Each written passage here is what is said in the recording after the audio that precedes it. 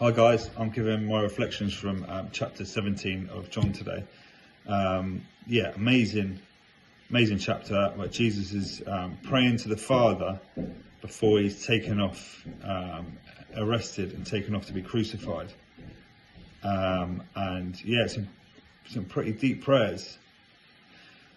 Praying for the unity, between us and Jesus, and us and the Father, and the Son and the Father. And yeah, it's a lot of mention of the glory of God and of the world, which is kind of in opposition.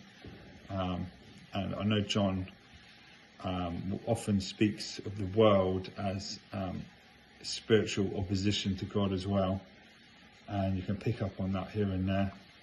But yeah, I think it's just the glory of God.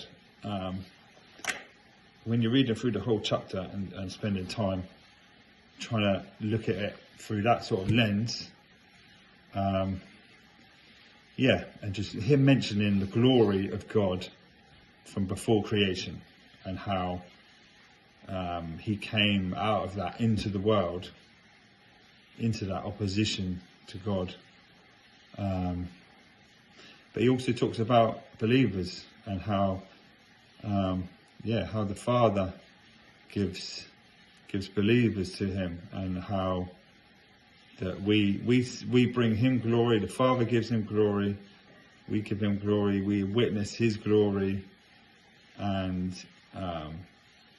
get brought up into that glory. But that's what I think verse 22 and verse 23 were kind of what I felt were pretty key, where it says in verse 22, I've given them the glory that you have given me, that they may be one as we are one. And then verse 23, I and them, you and me, so that they may be brought into complete unity. Then the world will know that you sent me and have loved me and loved them even as you have loved me. I think it's that complete unity. That's why the Son of God left that glory of God to come here and to go through all what he went through, and to fulfill what was promised, and then bring that glory back also to God, even more glory. But it was all to bring us into unity with God, and into unity in the glory of God. And that is promised to us for eternity, which is pretty amazing.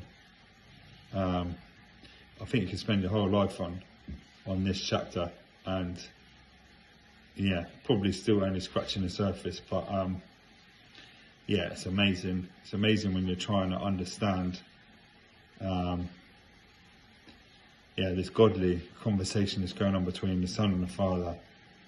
The Son praying to the Father about this glory of God that was there from before even creation, and that the big picture is that that the end goal is that we are brought into this eternal glory of God, that we can and it's all about the love that he has for us, the same love that he had for the Son in the very beginning. So I think take away from that is probably for us to keep raising our eyes to heavenly things, and keep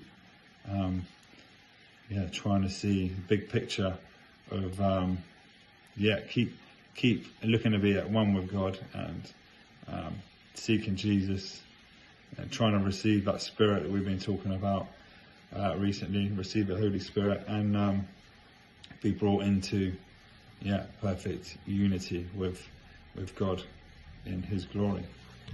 All right, bless you guys, thanks.